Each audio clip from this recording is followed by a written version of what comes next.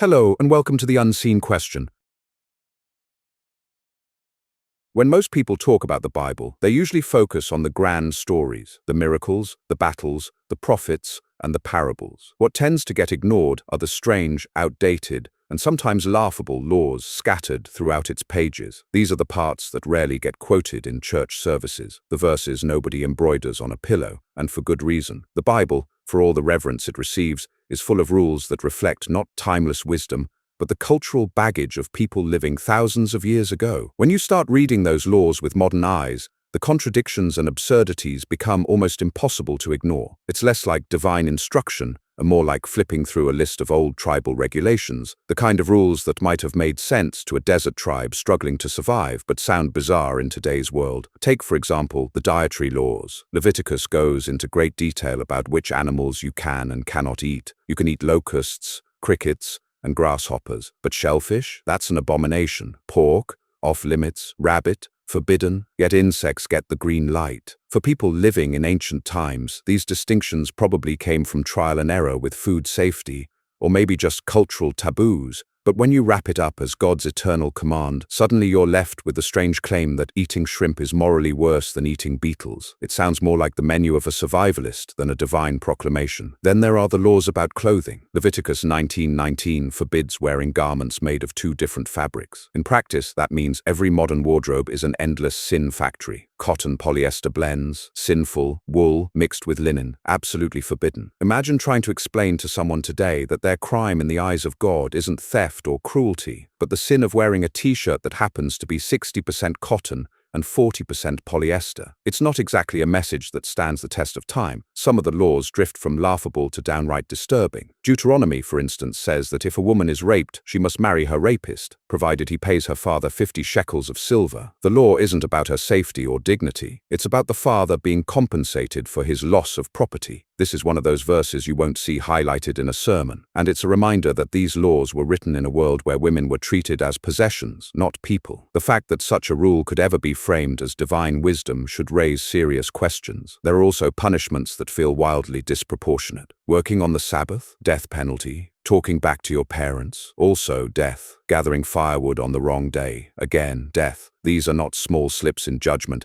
yet the punishment is absolute. And if these rules are supposed to come from an all-knowing, all-loving source, it's fair to ask why the focus is on executing teenagers who talk back, instead of, say, condemning slavery outright. After all, slavery is not only tolerated in the Bible, but regulated with rules about how badly you can beat your slaves before it's considered a problem. What these laws really show us is how deeply human the Bible is, not in the sense of compassion or wisdom, but in the sense of being limited, flawed, and bound by the culture of its time. People wrote these rules because they reflected the social norms, fears, and prejudices of their world. They didn't come from some cosmic lawgiver concerned with justice and truth. They came from ordinary humans trying to create order in their communities, and sometimes that meant passing down rules that feel absurd or cruel when read today. But here's the real question. Why do so few people ever talk about these parts of the Bible? Why are these laws swept under the rug, while the more inspiring or poetic lines get spotlighted? The answer is simple. Because once you start bringing these verses into the conversation, the credibility of the Bible as a timeless moral guide begins to crumble. It's hard to sell the book as God's perfect word when it tells people to stone disobedient children and avoid polyester. And yet, for millions, these laws are still treated as sacred. Many churches may ignore them in practice, but they remain written in the text, unchanged and uncorrected, which leaves us with an uncomfortable truth. If we're being honest about what's in the Bible, we have to face the fact that it isn't a book of perfect morality. It's a snapshot of the thinking of ancient people, carrying with it all the baggage, mistakes, and limitations of their time. When people today try to defend these laws, the usual argument is that they were contextual, that they made sense in the ancient world, even if they don't now. But if that's true, then doesn't it mean these laws were never truly divine? A divine law, by definition, should transcend time and culture. It shouldn't be indistinguishable from the local customs and superstitions of the people who wrote it down. And yet that's exactly what we see. Think about the law that forbids eating meat with blood still in it. For the Israelites, this may have been a basic food safety guideline dressed up in religious language. Cooking meat thoroughly probably reduced disease, but to frame it as a command from the creator of the universe feels absurd, as if the biggest concern of an all-powerful being was whether someone's steak was cooked rare. This is where the gap between cultural rule and supposed eternal truth becomes obvious. Then there are laws about bodily functions that reveal not divine insight but human squeamishness. Leviticus declares a woman unclean during her menstrual cycle, not just for herself, but for anyone who touches her. She must be separated, kept apart,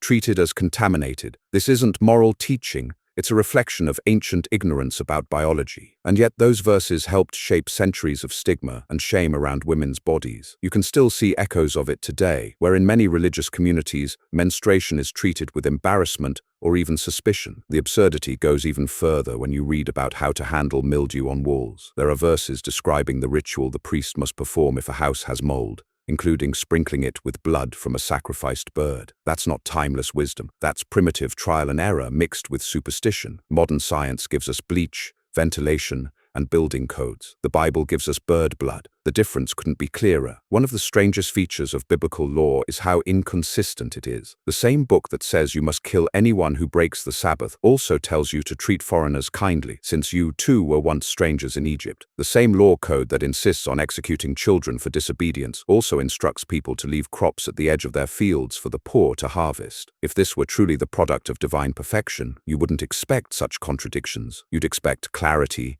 consistency, and moral depth. Instead, what we find are competing voices, sometimes compassionate, sometimes cruel, sometimes absurd, exactly what you'd expect from a collection of human writings patched together over centuries. Even when the laws aren't violent or bizarre, they often reveal priorities that feel completely out of step with any genuine moral concern. A huge amount of attention is given to ritual purity, clothing, diet, and offerings, yet almost nothing is said about universal human rights, equality, or compassion beyond the tribe. A truly wise or divine text would anticipate those principles. But the Bible's laws rarely rise above the level of tribal rulemaking. What's also revealing is how often religious leaders today quietly pick and choose which of these laws still matter. Few Christians today avoid pork or polyester, but many still cite the same book to condemn homosexuality. This selective enforcement shows something important. Deep down, people know these laws aren't timeless. They know they can't follow them all. So they treat the Bible less as divine command and more like a buffet, taking what confirms their beliefs and ignoring the rest. But if you're free to ignore God's eternal law whenever it's inconvenient, what does that say about the claim that it's eternal in the first place? The deeper you dig, the clearer the pattern becomes. The Bible's laws weren't handed down from the heavens. They were built from the ground up, shaped by the fears, prejudices, and limited knowledge of the people who wrote them. And far from being moral high ground, many of those laws are evidence of just how flawed human thinking can be when it's locked inside the worldview of its time. Some of the most laughable laws aren't just obscure, they're so oddly specific that you can almost picture the strange little disputes that must have inspired them. Deuteronomy, for instance, has rules about what to do if two men are fighting and the wife of one grabs the other man's genitals. The law says her hand must be cut off. No trial, no questions, no discussion, just cut it off. The fact that this was written into scripture shows how human and situational these laws were. Clearly, something like this must have happened in a village dispute, and instead of being settled as a one-time incident, it became immortalized as God's will. Then there's the law against planting two kinds of seed in the same field. Today we call that crop rotation and intercropping, basic agricultural techniques that feed billions. But in the biblical worldview, mixing seeds is offensive to God. Again, we're not looking at eternal wisdom here. We're looking at people trying to enforce arbitrary boundaries, confusing their cultural quirks with moral absolutes. One of the clearest giveaways that these laws are not divine is how often they revolve around protecting property and male authority, rather than justice. Women were treated as possessions, children as extensions of the household, and slaves as tools. The law is obsessed with making sure property rights are respected, but shows almost no concern for the autonomy or dignity of individuals outside the privileged class. That's not divine morality, that's patriarchy written into stone. Take the law about virginity. If a man accuses his new wife of not being a virgin, her parents must provide proof of her virginity, usually by producing blood-stained cloth from the wedding night. If they can't, she is to be stoned to death. This isn't morality, It's barbarism disguised as holiness. It reduces a woman's entire worth to her sexual status and places her life at the mercy of blood-stained sheets. The absurdity is shocking, but it's also revealing. It shows us the kind of society that produced these laws and why we should never mistake them for universal truth. Even animals aren't spared from strange treatment. Exodus commands that if an ox gores someone to death, the ox must be stoned. The logic might be that dangerous animals had to be removed,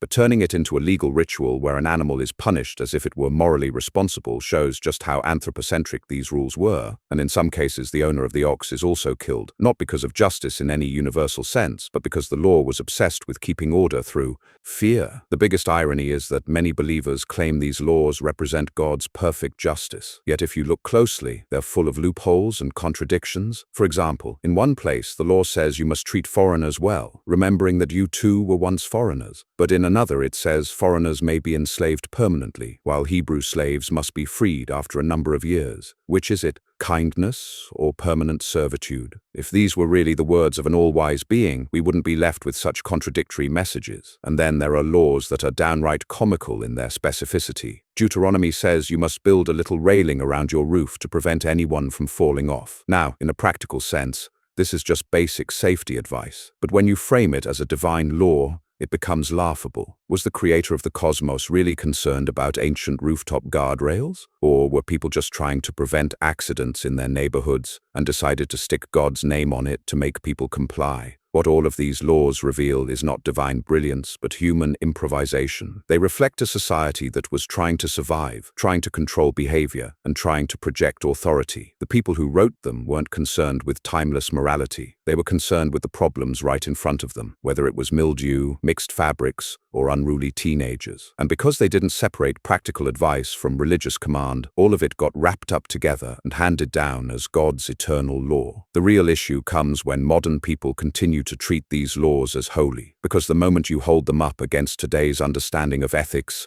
science, and human rights, the cracks are impossible to ignore. The supposed perfection dissolves into a patchwork of primitive rules, some harmless, some bizarre, and some deeply cruel. One thing that stands out when you study these laws is how they were used to control people through fear, not through reason or compassion. Fear of being declared unclean, fear of being executed for minor infractions, fear of eternal punishment if you stepped out of line. This isn't moral teaching, it's social control. When you frame ordinary customs as divine rules, you create a system where questioning those rules becomes nearly impossible. Because to challenge the law isn't just to challenge a leader, it's to challenge God himself. Psychologists often point out that fear-based systems tend to produce obedience, but not genuine morality. People follow the rules to avoid punishment, not because they understand why the rule matters. And that's exactly what we see in the biblical laws. Don't eat shrimp, not because of any real moral principle, but because you've been told God hates it. Don't mix fabrics, not because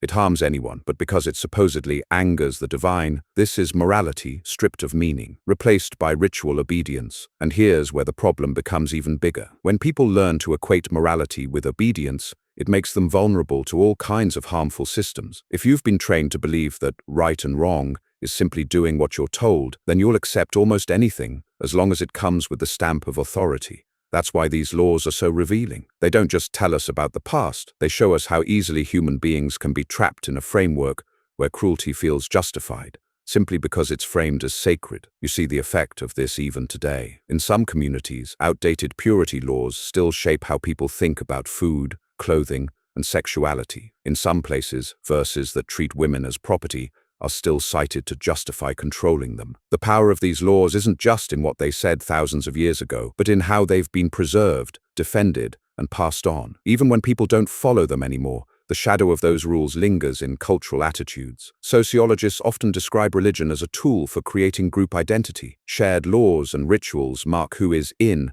and who is out, and in that sense, the laughable laws of the Bible aren't really about morality at all. They're about drawing lines. Who belongs in the group, who is excluded, who is pure, who is contaminated. That's why there are so many rules about diet, clothing, and ritual cleanliness. They don't serve universal principles of justice. They serve the need for tribal cohesion. If you eat what we eat, dress how we dress, and worship how we worship, you belong. If not, you're an outsider. This tribal function explains why so many of these laws feel arbitrary, because their purpose was never logic, it was distinction. By calling shellfish unclean, the Israelites set themselves apart from their neighbors who ate it. By banning mixed fabrics, they reinforced the idea that they were different, chosen, special. In that light, these rules make sense historically, but they collapse under the claim that they represent eternal truth. The irony is that many people today still cling to the Bible as if it provides moral clarity, when in reality it's a record of how a community tried to survive and distinguish itself. That doesn't make it worthless as history, but it makes it a terrible guide for timeless morality, because the same book that tells you to care for the poor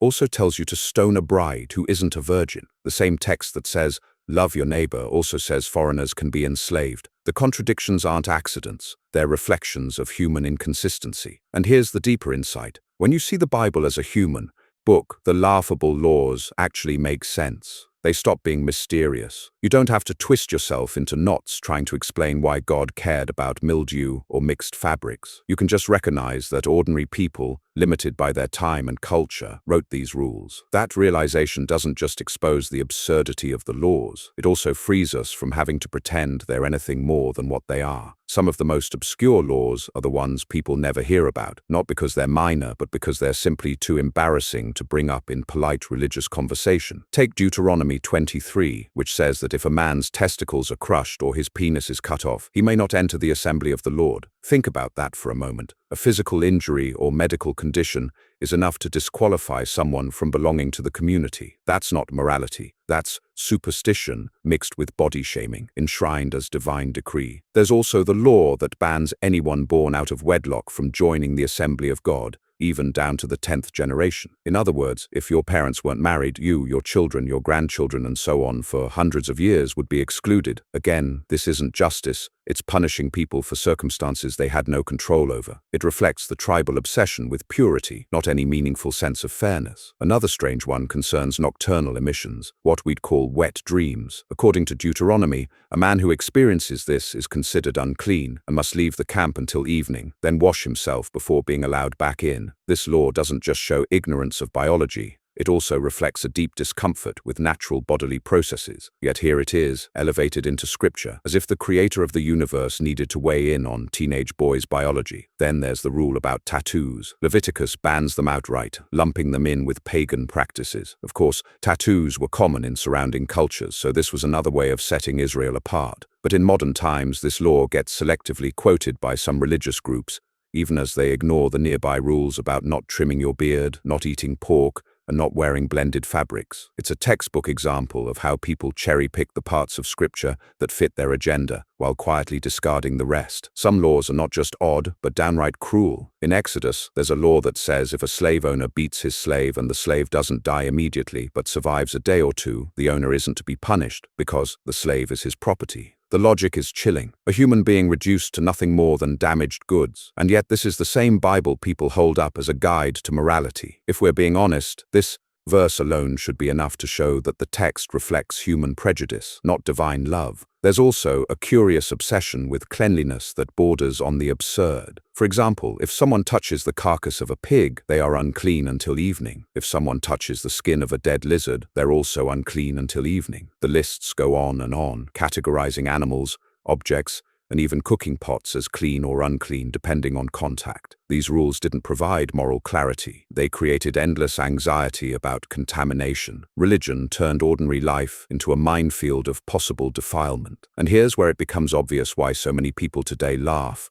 when they actually read these parts of the Bible. Because it becomes clear that the laws were never about morality in the way we understand it now. They were about ritual, control, and identity. They address the concerns of a small ancient community trying to survive, not the universal principles of justice or compassion. When you look at them through that lens, they stop being mysterious and start being exactly what you'd expect. Yet millions still treat this text as though it speaks with eternal authority, ignoring the fact that if you took these laws seriously today, you'd have to execute rebellious teenagers, burn adulterers, ban people with tattoos, exile men for wet dreams, and separate women during their periods. Nobody wants to live under those rules, and yet people still hold up the book that contains them as holy. That's the contradiction at the heart of biblical authority. The problem with leaving these laughable laws unchallenged is that they don't just sit quietly in an old book. They still shape the way people think, and they still get pulled out selectively to justify control and discrimination. That's the danger of treating any ancient text as sacred and untouchable. Even if most of the rules are ignored, the few that survive can have enormous consequences. Take sexuality, for example. Most Christians today don't avoid shellfish or ban blended fabrics, but many still cite verses from Leviticus to condemn homosexuality. They'll ignore the dozens of outdated and absurd rules sitting right next to those verses, but treat this one as timeless. That's not consistency. That's bias disguised as religion, and it shows how dangerous cherry-picking can be, because it allows people to claim divine backing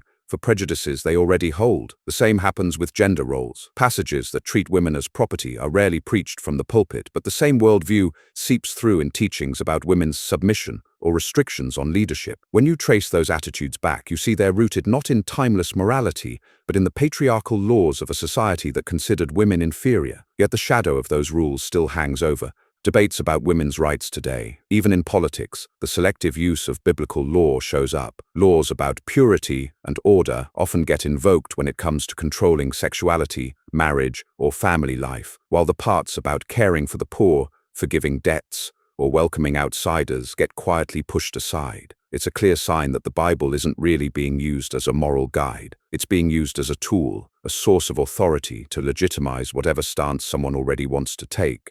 And this is where the laughable laws become more than just funny. They become revealing. Because once you see how arbitrary and outdated so many of the rules are, you start to notice the inconsistency in how people apply them. And once you notice that inconsistency, it becomes almost impossible to see the Bible as a reliable moral compass. After all, if the laws about shellfish and mixed fabrics are dismissed as irrelevant, why should the laws about sexuality or gender roles be treated any differently? There's another consequence worth noticing. When a society treats obedience as the highest moral value, it discourages independent thinking. If morality equals following orders, then the moment someone in authority claims God says so, questioning stops. That's how unjust systems maintain their power. And it's why even the strangest, most outdated laws deserve to be examined, because they show us the origins of a mindset that still influences how people think today. In a way, the Bible's laughable laws are like fossils. They're traces of how ancient people thought, what they feared, and how they tried to control their world. And just like fossils, they belong in museums and textbooks, not in modern courtrooms or moral debates. They're fascinating as history, but dangerous when treated as eternal truth. The question then becomes, if these laws are so outdated and absurd, why do so many people still cling to the idea that the Bible is the ultimate authority on morality? The answer lies in tradition, fear, and the human need for certainty. For many, it's easier to believe that morality comes pre-packaged in a book than to wrestle with the complexity of building it ourselves. But the price of that certainty is high, because it means defending rules that, once you shine a light on them, don't deserve to be defended at all. One of the most puzzling things is how people can know these laws exist, quietly ignore most of them, and yet still insist the Bible is the ultimate guide to life. Psychologists call this cognitive dissonance, holding two contradictory beliefs at the same time. On one hand, believers know that laws about stoning children or banning mixed fabrics are impossible to live by. On the other, they've been taught their whole lives that every word of Scripture is perfect. Instead of resolving that contradiction honestly, many people just push the awkward parts out of sight. That's why so many sermons and Bible studies skip right past the bizarre rules. If you only ever hear the poetic verses or the inspiring stories, you can maintain the illusion that the text is timeless. But the moment you flip through Leviticus or Deuteronomy and read the details, the illusion cracks. And rather than face that, most people simply don't look. Sociologists would say this is a survival strategy. Religion depends on group cohesion. If you start openly questioning too many things, you risk being excluded from the group. So people learn to avoid the embarrassing parts of Scripture, or they invent explanations to soften them. They'll say, oh, that law was cultural, but this one is eternal. Even though there's no consistent way to tell which is which. That selective reading isn't about truth, it's about protecting belonging. And that belonging is powerful. For many, religion isn't just about belief, it's about identity. It's about family, community, and tradition. To admit that the Bible contains laughable or cruel laws feels threatening, not just to faith, but to one's place in the world. That's why, even when confronted with verses that clearly clash with modern morality, so many people double down. They defend the indefensible, because doing otherwise feels like tearing down the ground beneath their feet. But here's the thing, shielding people from these laws doesn't protect faith, it undermines it. Because the moment someone discovers on their own that the Bible really does contain rules about stoning brides, mutilating women, or punishing people for wet dreams, the sense of betrayal can be enormous. Many who leave religion describe that moment as eye-opening. The realization that the book they were told was perfect is full of contradictions, absurdities, and cruelty. And that's why exposing these laws matters, not to mock, but to reveal, to show that morality doesn't come pre-packaged in a book. It comes from human empathy, reason, and experience. The fact that so many of the Bible's laws collapse under scrutiny isn't a sign that morality is impossible. It's a sign that we've grown beyond the limited worldview of ancient tribes. And that's actually something worth celebrating. When you line up the Bible's laws against modern values, the clash is immediate. We live in a world shaped by ideas like human rights, equality, freedom of belief, and scientific understanding. But the laws of the Bible reflect a society where none of that existed. That's not a small gap. It's a canyon. Take human rights. Today we accept, at least in principle, that every person has inherent dignity regardless of race, gender, or social status. The Bible's laws, however, divide people into strict hierarchies: men over women, masters over slaves, Israelites over foreigners. Rights are not universal, they're conditional. If you're in the privileged group, the law protects you. If you're outside it, the law can treat you as property. That's not just outdated, it's the opposite of what we now call justice. Science is another area where the laws collapse under scrutiny. Rules about unclean animals, mildew rituals, or menstrual impurity all reflect a lack of understanding about biology and medicine. Instead of knowledge, we see superstition. Instead of solutions, we see rituals. You don't cure mold with bird blood, you cure it with ventilation and cleaning. You don't treat women as unclean for menstruation, you understand it as a healthy biological cycle. When you compare biblical laws with even the most basic modern science, the difference is night and day. And then there's the question of punishment. Modern justice systems, while still flawed, at least attempt proportionality. The idea that the punishment should fit the crime is central to how we think about fairness. But the Bible prescribes death for trivial offenses: collecting sticks on the wrong day, cursing your parents, or wearing the wrong clothing. If those rules were enforced today, whole societies would collapse under endless executions. The severity isn't just impractical. It reveals a worldview built on fear, not justice. What's striking is how often people insist that the Bible is the foundation of morality in the modern world. But when you compare the two, it's clear that most of our progress has come from moving away from biblical law, not from enforcing it. Abolition of slavery, equal rights for women, separation of church and state, medical science, human rights. None of these came from the laws of the Bible. In fact, many of them developed in spite of those laws. That's an uncomfortable truth for believers, but it's undeniable. Even the moral teachings people often admire, like caring for the poor or loving your neighbor, are drowned out by the sheer volume of arbitrary and harsh rules. The fact that a few humane principles appear in the text doesn't erase the cruelty and absurdity of the rest. If anything, it highlights the inconsistency. How could the same book that tells you to love your neighbor also command you to kill your child for disobedience? These contradictions aren't the fingerprints of divinity, they're the fingerprints of human authorship. And that's the key point. These laws tell us more about the humans who wrote them than about any god. They show us a people trying to survive, trying to define themselves, and trying to enforce order with the tools they had. But they also show us the limits of their knowledge, their biases,